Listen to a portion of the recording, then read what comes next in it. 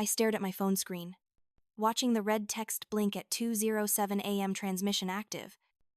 My shoulder was on fire, blood soaking through my white nightgown as I pressed my back against the cold marble wall of our family mansion. The knife was still on the floor where Blake had dropped it after he stabbed me, the decorative silver handle catching the lightning flash through the window. But what haunted me more than the pain, more than the blade that had pierced my flesh, was the sound that filled the room in that moment. Laughter. My mother's familiar, tinkling laugh. The kind she made when she thought I was being overdramatic about something trivial, like a bad grade or a canceled dinner reservation. She stood there in her silk robe, martini glass still in hand. And she laughed while I bled. My stepfather Victor just stood there with that smirk, that same expression he wore when he successfully closed a business deal. Blake, drunk and swaying, looked more annoyed than remorsed, like I had inconvenienced him by getting in the way of his rage. "Don't be so dramatic, Anya," my mother said, her voice dripping with that practiced dismissiveness I had known my entire life. "You're fine." I wasn't fine. I was 28 years old, a federal analyst for the FBI, and I had just activated an emergency protocol that would change everything. That small smartwatch on my wrist, the one I had modified myself with encryption software and direct federal channels, had just recorded every second of what happened. Every laugh, every smirk, every drop of blood. Before we go any further, if you're hearing this story and it resonates with you, if you've ever felt invisible in your own family or questioned your worth because of how others treated you, please hit that like button. Subscribe to hear more stories about finding strength in impossible situations, and leave a comment telling me what moment made you realize you deserved better. Your story matters too. But let me take you back to the beginning, because this night didn't happen in a vacuum. This was years in the making. I was 6 when my father died. Cancer took him slowly, painfully, and when he was gone, my mother Eliza didn't wait long to find a replacement. Enter Victor Thorne, with his Georgetown connections, his pristine reputation in political consulting, and his charming smile that never quite reached his eyes. He came with a son, Blake, who was 2 years older than me, and made it clear from day one that I was an intruder in what was supposed to be his inheritance. My mother transformed almost overnight. The warm, attentive woman who used to read me bedtime stories became someone obsessed with status, with appearances, with climbing the social ladder that Victor provided access to. I learned quickly that love in the Thorne household was conditional. It depended on how useful you were, how little trouble you caused, how perfectly you played the role assigned to you. I played that role for 22 years. I excelled in school because that reflected well on them. I went to MIT for computer science and data analysis because Victor said it would be practical. I joined the FBI because it gave the family prestige. Every achievement I earned, every accolade I received, was immediately absorbed into the Thorne family narrative. Our Anya, they would say, at dinner parties, as if I were a prized possession rather than a person. But I told myself it was fine. I told myself that this was what family looked like. That my mother's coldness was just her personality. That Victor's subtle control was him being protective. That Blake's contempt was normal sibling rivalry. I told myself these lies for so long that I almost believed them. The cracks started showing 3 years ago when I made junior analyst at the FBI's Financial Crimes Division. It was the promotion I had worked toward for years. And when I called home to share the news, my mother's first response was, "That's nice. Dear, Victor needs you to look at some documents this weekend." Something about a business loan. That should have been my first real warning. But I was still desperate for approval, still hoping that if I just helped enough, gave enough, proved my worth enough, they would finally see me as family.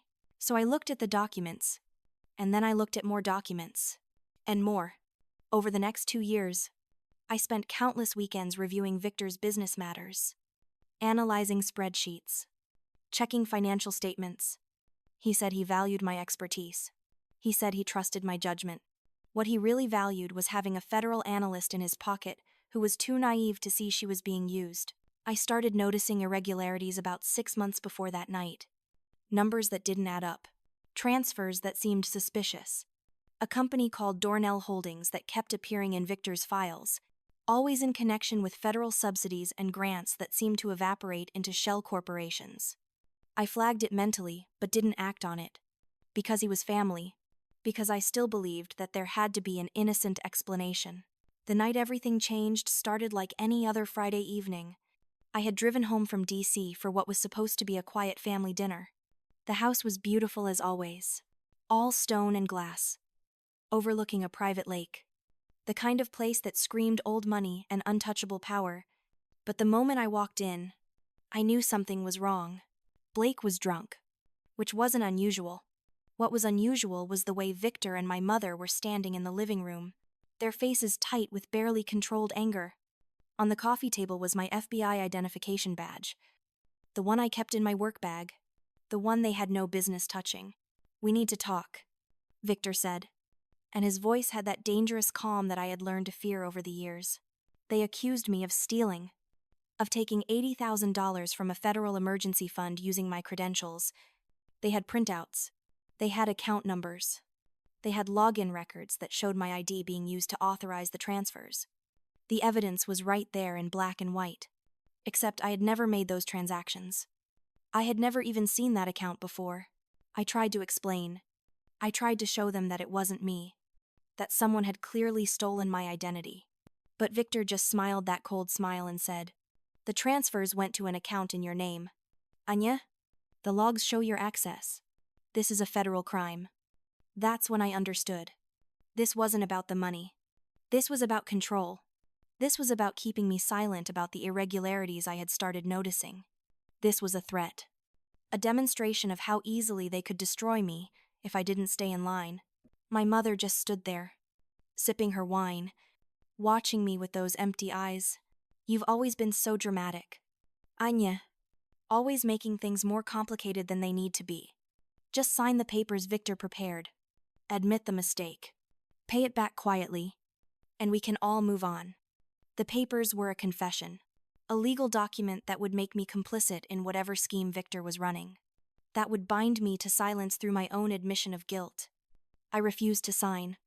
That's when Blake got involved. He grabbed my arm, alcohol strong on his breath, and started yelling about how I was ruining everything. How I had always been a burden. How I wasn't even real family. I tried to pull away, and that's when he saw the decorative knife on the wine cabinet. It was antique.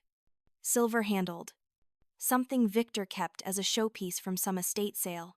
Blake picked it up, and in his drunken rage, in his twisted sense of loyalty to his father's schemes, he drove it into my shoulder. The pain was immediate and shocking, but not as shocking as what happened next. Nothing. My mother didn't scream. Victor didn't move to help.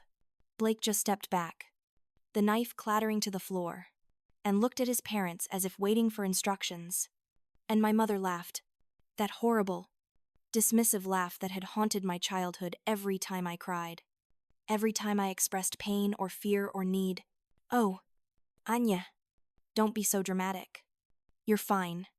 But I wasn't fine. And for the first time in my life, I stopped trying to convince myself that I was. My hand found my smartwatch. The one I had modified with federal emergency protocols as part of my work on witness protection cases.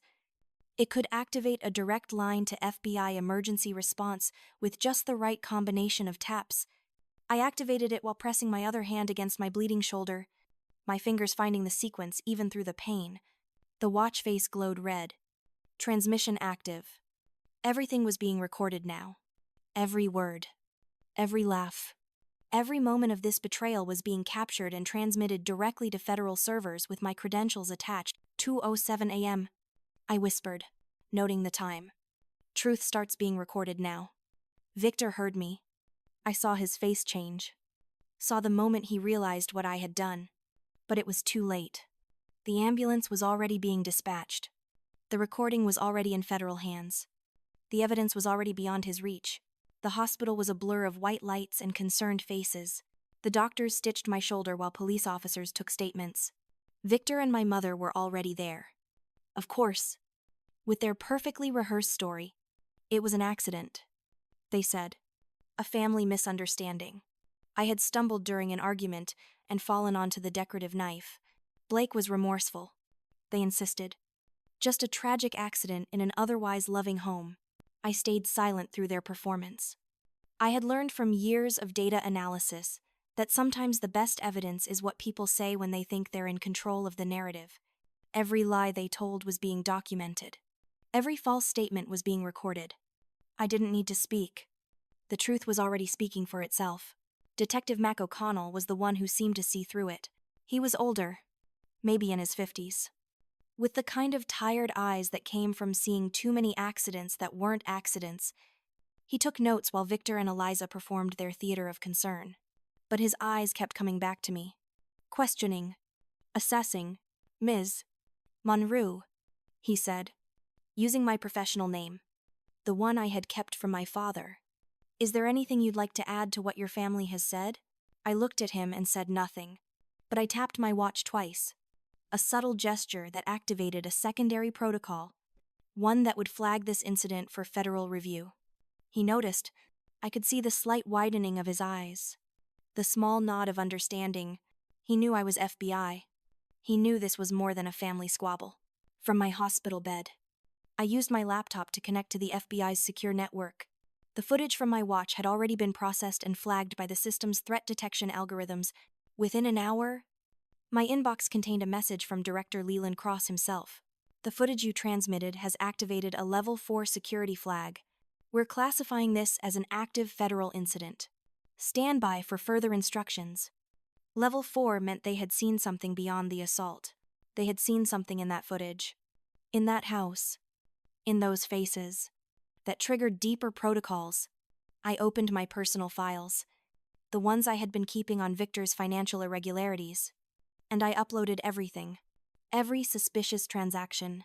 Every questionable document. Every piece of evidence I had been too afraid or too conflicted to act on before. If they wanted to destroy me with federal charges, I would show the FBI what real federal crimes looked like. I was released from the hospital after 3 days. My shoulder throbbed under the bandages. But the physical pain was nothing compared to the emotional warfare waiting for me at home. I didn't want to go back. But I needed my documents. My personal files. My evidence. I needed to see their faces one more time. Knowing what I now knew about who they really were. The house smelled like vanilla candles and fresh flowers when I walked in. My mother had prepared a feast. All my supposed favorite foods spread across the dining table like a magazine spread. Victor was waiting in the living room. Blake hovering in the corner looking sullen and avoiding my eyes. Welcome home. Sweetheart, my mother said, her voice dripping with that artificial sweetness that made my skin crawl. We're so glad you're back. We've all been so worried. Not one person mentioned the hospital. Not one person mentioned the blood. Not one person acknowledged what had happened. It was as if they had collectively decided to pretend that night had never occurred. That we could simply resume our roles in the Thorne family theater as if nothing had changed. But everything had changed. We need to put this unpleasantness behind us, Victor said, his tone measured and calm. He placed a folder on the coffee table between us. Sign these documents. They're just a formality. A statement that this was all an unfortunate accident and that we've resolved it as a family. No need to involve outside parties any further. I picked up the folder and flipped through the pages. It wasn't just a statement. It was a comprehensive legal document that would absolve all of them of any wrongdoing. That would classify my emergency transmission as a false alarm. That would essentially make me complicit in covering up what had happened. There were also financial documents, papers that would authorize me to take responsibility for those $80,000 I had never stolen. No, I said quietly. My mother's smile faltered. Anya, don't be difficult. This is for everyone's benefit. We're a family. We protect each other. You didn't protect me, I said, and my voice was steady even though my hands were shaking. You watched me bleed and you laughed. You stood there and did nothing while Blake stabbed me. And now you want me to sign away my right to justice so you can continue whatever scheme you're running. Victor's expression hardened. You don't understand the complexity of the situation. Those federal funds were allocated improperly. I was simply correcting an administrative error. Your credentials were the most efficient way to access the system. It was always going to be returned. You committed fraud using my identity. I said, you used my federal access to steal money. That's a federal crime. Victor. Multiple federal crimes. Prove it, he said simply. Without your cooperation, without your testimony, there's nothing but a family dispute. Sign the papers. Anya. Or we'll have to take more serious measures to protect this family's reputation. My mother moved closer, her perfume overwhelming in the enclosed space. Please, darling, think about what you're throwing away. Your family. Your home. Your mother. Don't destroy us over a misunderstanding. You've always been so good at making mountains out of molehills. That was the phrase that broke something inside me. Making mountains out of molehills. That's what she had said when I was 9, and told her another kid was bullying me. That's what she said when I was 13 and cried, because Blake had destroyed my science project the night before it was due. That's what she said when I was 16 and came to her about the teacher who made inappropriate comments. Every hurt I had ever expressed, every pain I had ever acknowledged, had been diminished and dismissed. With variations of that same phrase, I was done being diminished. I won't sign, I said, standing up. My shoulders screamed in protest, but I kept my face neutral. And if you try to force me, if you try to threaten me, if you so much as send me another legal document, I will make sure that every federal agency in Washington knows exactly what you've been doing. I left the room, went upstairs, and packed my essentials. My laptop, my files, my credentials, my personal documents. Everything I needed to never come back. When I came downstairs with my bag, they were all standing in the foyer, blocking my exit like some twisted family portrait. If you walk out that door, Victor said, his voice cold and clear, you'll never be welcome in this family again. We'll make sure everyone knows what you've done. We'll destroy your reputation, your career, everything you've built. I looked at each of them in turn. My mother, who had chosen a man and his money over her own daughter. Blake, who had literally stabbed me and felt no remorse. And Victor, who had seen me not as a stepdaughter, but as a useful tool to be exploited and discarded. I was never welcome in this family, I said. I was just too blind to see it. But I see it now, and the only thing I'm walking away from is a lie. I walked past them and out the door. I drove straight to a hotel in D.C., and I didn't look back. My phone started ringing within an hour. Director Cross, I answered on the second ring. Monroe, we've completed the preliminary analysis of your footage and the documents you uploaded. We have some concerns. What kind of concerns? The kind that involve federal fraud, identity theft, money laundering, and conspiracy. The kind that mean you're no longer just a victim. Monroe, you're a witness in what's becoming a major federal investigation. He explained it all in detail. The $80,000 wasn't a one-time thing. Victor had been using my credentials for months, possibly years, to authorize fraudulent transfers totaling over $300,000. The Dornell Holdings Company I had flagged was a shell corporation funneling federal subsidy money through a network of fake businesses, and my stepfather wasn't working alone. We've identified at least 3 other federal employees whose credentials were compromised. Cross continued, but yours is the only case where we have direct evidence of assault being used as intimidation. This isn't just fraud anymore. Monroe, this is a pattern of domestic terrorism against federal employees. I sat on the hotel bed, my shoulder aching, and I felt something shift inside me. This wasn't just about me anymore. This wasn't just about one broken family. This was about a system of abuse and exploitation that had been operating in plain sight, using family relationships as cover for federal crimes. What do you need from me? I asked. Everything. Every document. Every conversation. Every suspicion you've ever had. We're building a case, Monroe, and you're going to help us take them down. Over the next 3 months, I became someone I never thought I would be. Not a daughter, not a victim. A federal witness with security clearance and a target on her back. Victor and my mother hired a PR team, one of those slick firms that specialize in crisis management for wealthy families in trouble. They launched a campaign painting me as mentally unstable, as a troubled young woman seeking attention, as someone who had always been dramatic and difficult. They released carefully edited photos of me looking cold and distant at family gatherings, ignoring all the context of why I looked that way. They gave interviews about how worried they were about my mental health. how they had tried so hard to help me, how devastating it was that I was making these false accusations against them. My mother cried on camera, the perfect image of a heartbroken parent betrayed by an ungrateful child. Blake gave a statement about his mistake, painting himself as a concerned brother who had accidentally hurt me during an intervention for my supposed psychological issues. The knife wound became a minor accident during a family disagreement. The laughter became nervous reactions to a stressful situation. I wanted to scream. I wanted to rage at the injustice of it all, at how easily they could twist the narrative, at how many people seemed to believe their version over mine. But my FBI attorney, Marina Santos, told me to stay silent. Let them talk, she said calmly. Every lie they tell is evidence. Every false statement they make can be proven false. The more they commit to this narrative, the harder it will be when we present the actual evidence. So I stayed quiet while they destroyed my reputation. I stayed quiet while friends from high school reached out with concern about my behavior. I stayed quiet while distant relatives posted on social media about what a troubled person I had always been. I let them build their house of lies, knowing that Marina and the FBI were building something stronger, a case based on irrefutable evidence. We analyzed everything. Handwriting analysis proved the signatures on the fraudulent documents weren't mine.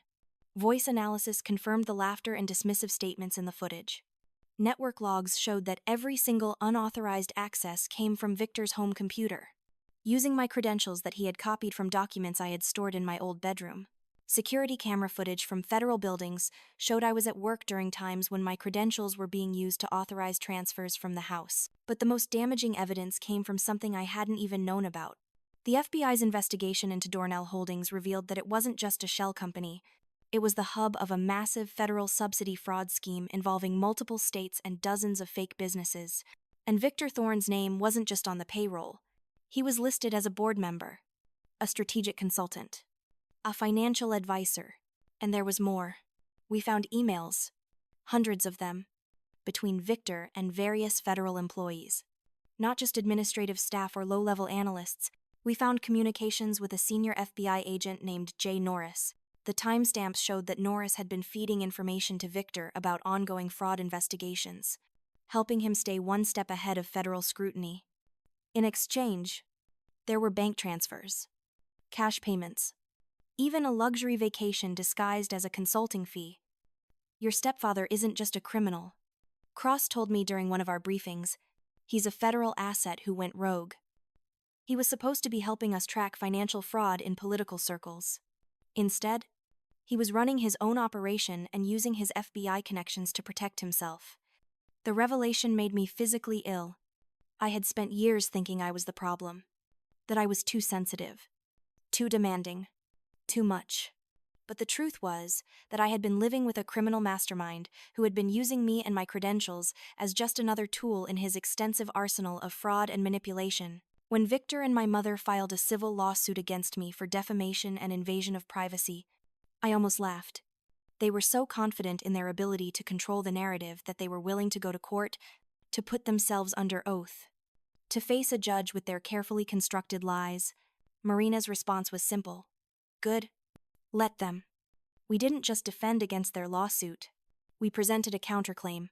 Federal fraud, identity theft, assault with a deadly weapon, witness intimidation, conspiracy to commit fraud, money laundering.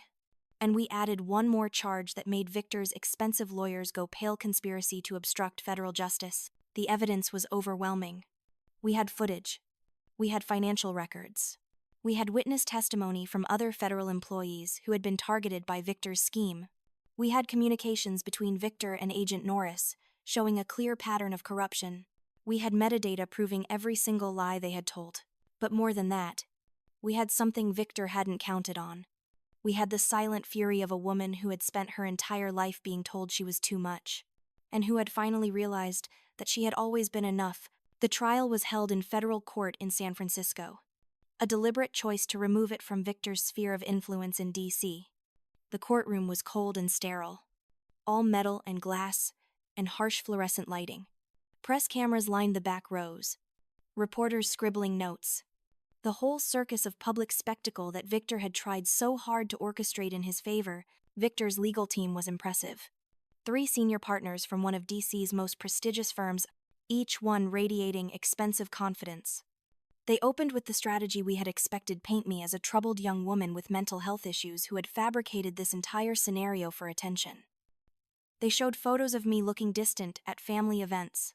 They played audio clips of old voicemails where I sounded stressed and emotional.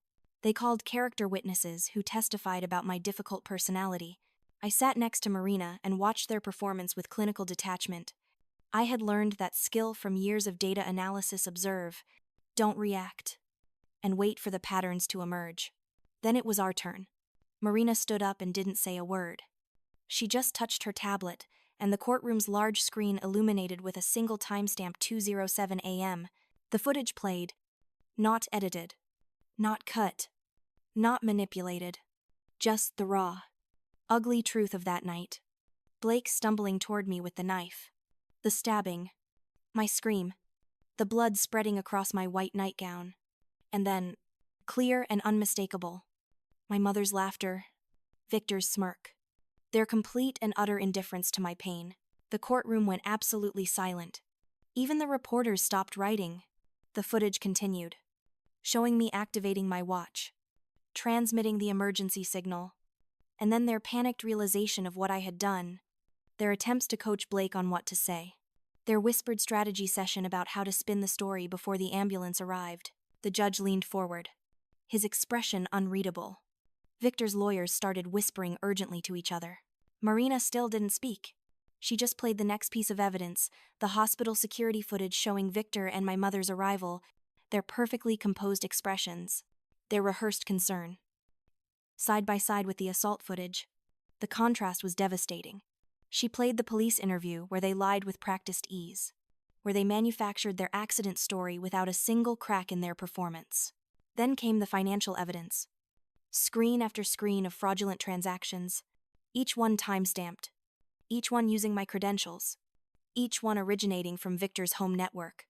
Marina presented the analysis that proved beyond any doubt that I had been at work, sometimes even in federal buildings with security camera verification, during the times these crimes were being committed in my name. But the most damaging evidence came next. Marina played the emails. The hundreds of emails between Victor and Agent J. Norris.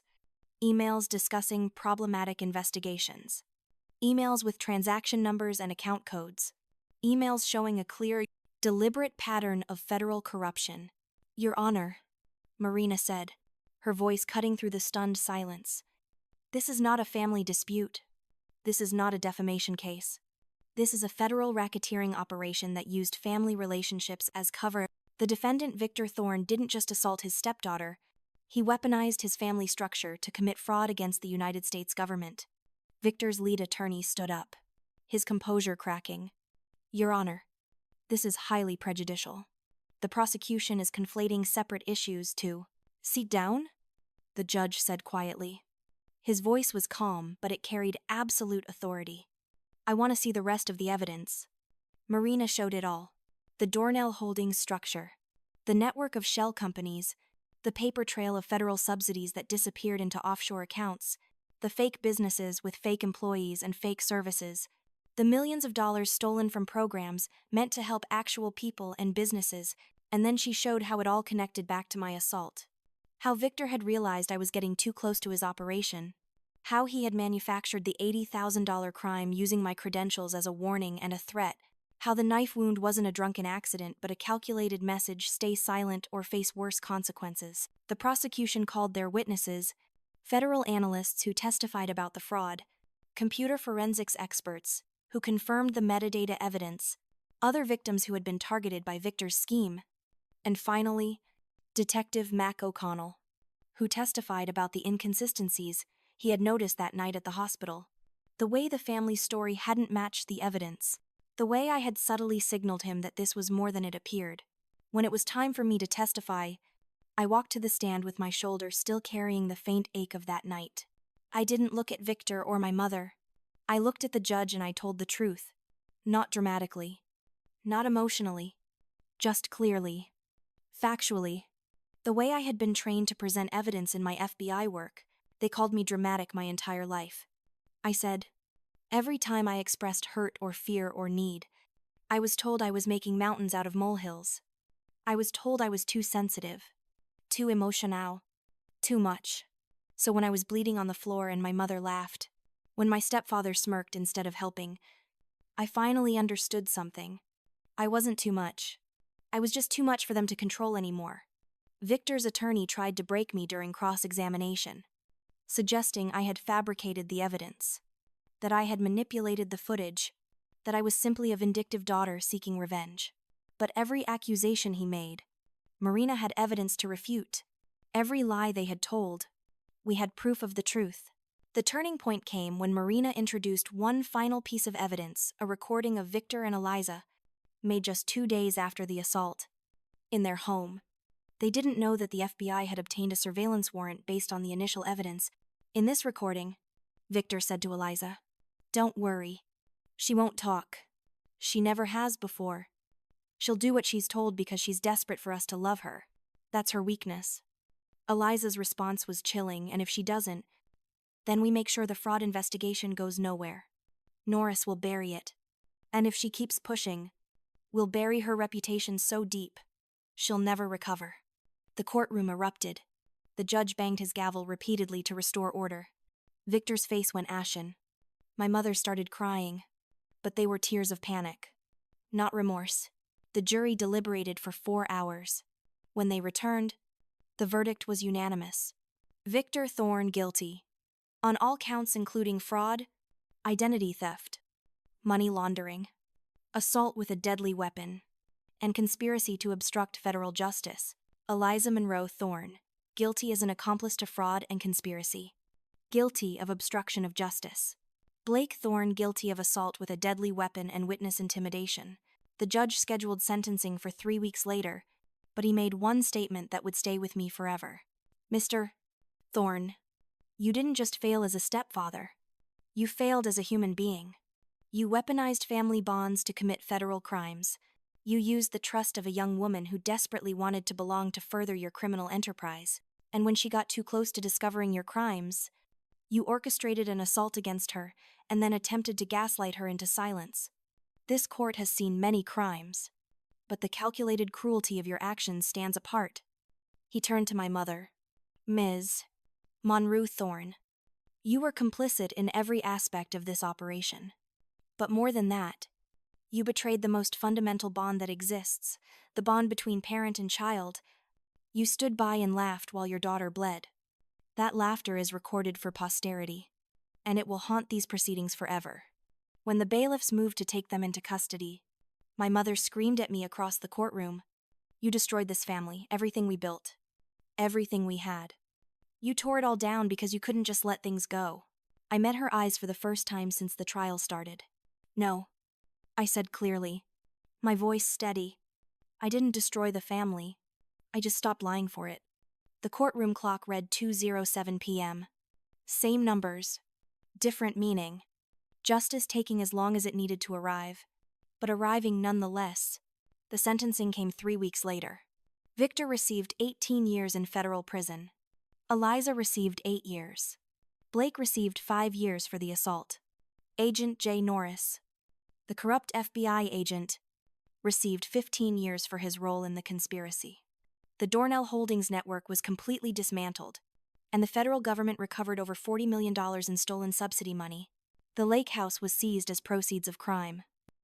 That beautiful glass and stone mansion overlooking the water, the house where I had spent so many years trying to earn love that was never going to be given, was now federal property with a large-sized banner across the front gate. I stood outside it once, about a month after the sentencing, just looking at it in the morning light. Marina was with me. "How do you feel?" she asked. "Empty," I admitted. I thought I'd feel vindicated, or satisfied, or something. But mostly I just feel empty. "That's normal," she said gently. "You didn't just lose a family. You lost the dream of what you wanted that family to be. That's worth grieving." She was right. I hadn't just lost Victor and Eliza and Blake. I had lost the fantasy that someday, somehow, if I just tried hard enough, they would see me and love me for who I was. That fantasy was dead now, burned to ashes by the harsh light of truth. But something else was growing in its place. Director Cross called me into his office 2 weeks after the sentencing. I expected a debriefing. Maybe a discussion about returning to my regular duties. What I got was an offer I never saw coming. Monroe, we want you to head a new task force. Internal Integrity Operations. Your job would be to investigate corruption that stems from personal relationships and family structures being exploited for criminal gain. What happened to you wasn't isolated. We're seeing a pattern of criminals using family members in federal positions as unwitting accomplices or as shields from investigation. You want me to hunt people like Victor? I said slowly. I want you to protect people like you used to be. He corrected. People who are caught in systems of abuse and manipulation, who can't see the way out because family bonds are being weaponized against them. You know how these operations work now. You know the patterns. You could save others from going through what you did. I thought about it for all of 30 seconds. I'll do it. But I have one condition. Name it. We build this task force on data first. Hierarchy second. We trust evidence over rank.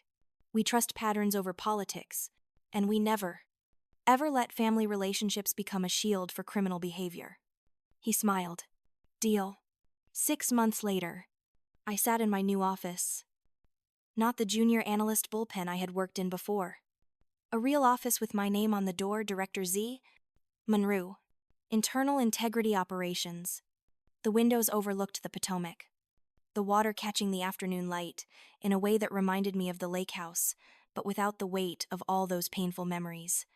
My team was small but brilliant. 7 analysts and investigators, each one carefully vetted, each one committed to the mission. We had already opened 4 cases, each one involving federal employees being exploited or coerced by family members with criminal agendas. Marina had joined us as chief legal counsel. She sat across from my desk now, reviewing our latest case file. This one's going to be complicated, she said. The victim is a State Department analyst whose brother has been using her security clearance to access classified information for sale to foreign governments. She knows something's wrong, but she can't bring herself to report him because he's family. Then we'll help her see that protecting her brother isn't the same as protecting herself. I said, we'll show her that real family doesn't ask you to commit treason to prove your love. Marina smiled. You're getting good at this. I had good teachers. Most of them taught me what not to do. A notification popped up on my screen. A new case file, flagged for immediate attention. I opened it and felt a familiar chill. Agent J. Norris, the corrupt FBI agent who had been part of Victor's network, was up for parole review. He had filed an appeal, claiming his conviction was based on falsified evidence. I thought about it for a long moment, then made a decision. I authorized a full reinvestigation, not to help Norris, but to make absolutely certain that every piece of evidence we had used was unimpeachable. If he was going to appeal, I wanted to make sure that when his appeal was denied, it was denied on grounds so solid that no lawyer could ever shake them. Want to take a walk? Marina asked, noticing my expression. We walked along the Potomac as the sun set, the water turning gold and crimson. My shoulder still ached sometimes, especially when the weather changed. The scar was still there, a thin white line that I could see when I looked in the mirror. I had thought about having it removed, but I decided against it. Some scars are worth keeping. Do you ever regret it? Marina asked quietly. Blowing up your whole life like that. I thought about the question seriously. Did I regret losing my family? Did I regret the months of stress and public scrutiny? Did I regret becoming a symbol of betrayal and justice all wrapped into one? No, I said finally. I regret that it had to happen. I regret that they made choices that led us to that courtroom. But do I regret standing up for myself? For finally seeing the truth and acting on it? Never. The only thing I regret is not doing it sooner. What would you tell someone who's in the situation you were in? Marina asked. Someone who suspects their family is using them, but can't quite bring themselves to believe it. I stopped walking and looked out at the water, watching the way the light danced on the surface. I'd tell them that silence is a language, and they have the power to change what it means. For years, my silence meant compliance. It meant acceptance of mistreatment. It meant I would keep taking the abuse because I was so desperate to be loved. But when I finally broke that silence, when I let the truth speak through evidence and data and recorded facts, my silence became something different. It became strength. It became a refusal to participate in their lies anymore. A year has passed since that courtroom victory. My mother has never reached out. Though I heard through the legal grapevine that she's tried to appeal her sentence multiple times, Victor sits in federal prison, reportedly still maintaining his innocence and claiming he was set up. Blake was released after 3 years for good behavior, and I heard he moved to Florida. Far from DC and the memories of what he did, I've built something new in the ashes of that false family. My team has successfully prosecuted 12 cases of familial corruption and coercion. We've helped 23 federal employees extract themselves from exploitative family situations. We've recovered over $70 million in fraudulent transactions. But more than that, I've learned what real family looks like. It's not blood. It's not obligation. It's not conditional love that disappears the moment you stop being useful. Real family is my team, who checked on me every day during the trial. It's Marina, who became the fierce protective presence I always needed. It's Director Cross, who believed in me when it would have been easier to write me off as a troubled employee. It's the strangers who reached out after the trial, sharing their own stories of familial betrayal and thanking me for being brave enough to speak out. I received a letter once, about 8 months after the trial. It was from my mother, written in her precise handwriting on expensive stationery. I watch the news every day. I still don't understand you, Anya, but I finally believe you. I scanned it, saved it to a folder labeled 207 Archive, and closed it without responding. Some acknowledgments come too late to matter, but I kept it anyway, because it was proof that even the most determined liars eventually have to face the truth. Today I sit in my office, the late afternoon sun streaming through the windows, and I think about that night, about the pain and the blood and the laughter, about the moment I pressed that button on my watch and decided that the truth mattered more than the fantasy of belonging. My watch vibrates. Another case notification. Another person trapped in a web of familial manipulation. Another soul who needs help, seeing that they deserve better. I open the file and get to work. Because here's what I learned from all of this. You cannot force people to see your worth. You cannot logic or reason or sacrifice your way into being valued by those who have decided you are disposable. What you can do is stop participating in your own diminishment. You can activate your own emergency protocol.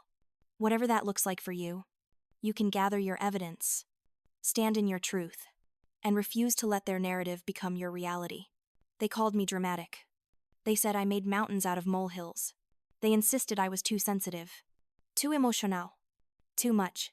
But the truth was, I wasn't too much. They were just too little to appreciate what they had.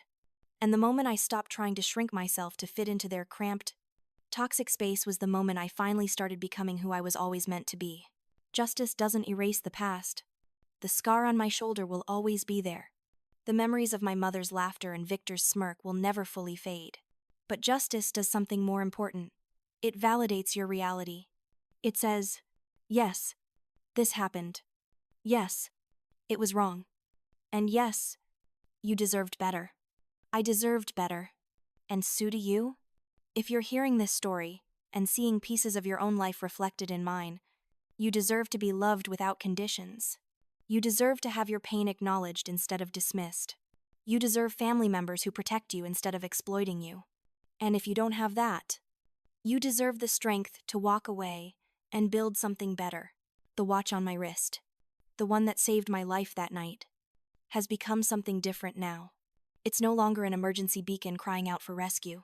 It's a reminder that I rescued myself, that I had the power all along to choose truth over comfortable lies, to choose self-respect over desperate belonging, to choose a difficult freedom over an easy prison. The light in my office is fading now. The sun's setting over the Potomac. In a few minutes, I'll close my laptop and go home to my small apartment in Georgetown. The one I chose. The one that's mine alone. I'll make dinner for myself. Maybe call Marina to debrief about the new case. Maybe just sit in the quiet and appreciate the sound of my own thoughts without anyone telling me they're wrong. The clock on my wall reads 6:45 p.m. Not 2:07. Just a regular evening. A regular moment in a life that I'm finally living on my own terms. But that number, Arlington, I will always mean something to me. It will always be the timestamp on my transformation. The moment when I stopped being Anya the victim and became Anya the survivor. The fighter. The woman who refused to be silenced. In the silence, truth became powerful. And in the truth, I finally became free. So here's my question for you. What's your 207 moment? What's the timestamp on your truth? When did you realize? Or when will you realize that you deserve better than what you've been accepting? And more importantly, what will you do when that moment comes? I chose to activate my emergency protocol. I chose to let the truth speak. I chose justice over family, reality over fantasy, freedom over belonging. What will you choose? If this story resonated with you, if you've ever felt invisible in your own family, or questioned whether you're too much when really you're being too little valued, hit that like button. Subscribe to hear more stories about breaking free from toxic systems and finding your own strength. And please, leave a comment. Tell me your timestamp. Tell me your truth. Tell me how you're fighting to be seen and valued for who you really are, because your story matters. Your pain is real. Your truth deserves to be heard. And you, like me, deserve so much better than what you've been settling for. The evidence is in. The verdict is clear. And justice, however delayed, always finds its way home. This is Anya Monroe, Director of Internal Integrity Operations, signing off. But before I do, remember this: silence used to mean compliance in my life. Now it means strength. The power to change what your silence means, that's always been yours. You just have to choose to use it. Thank you for listening. Like, subscribe, and comment below with your own story. Together, we're stronger than any toxic system that tried to break us.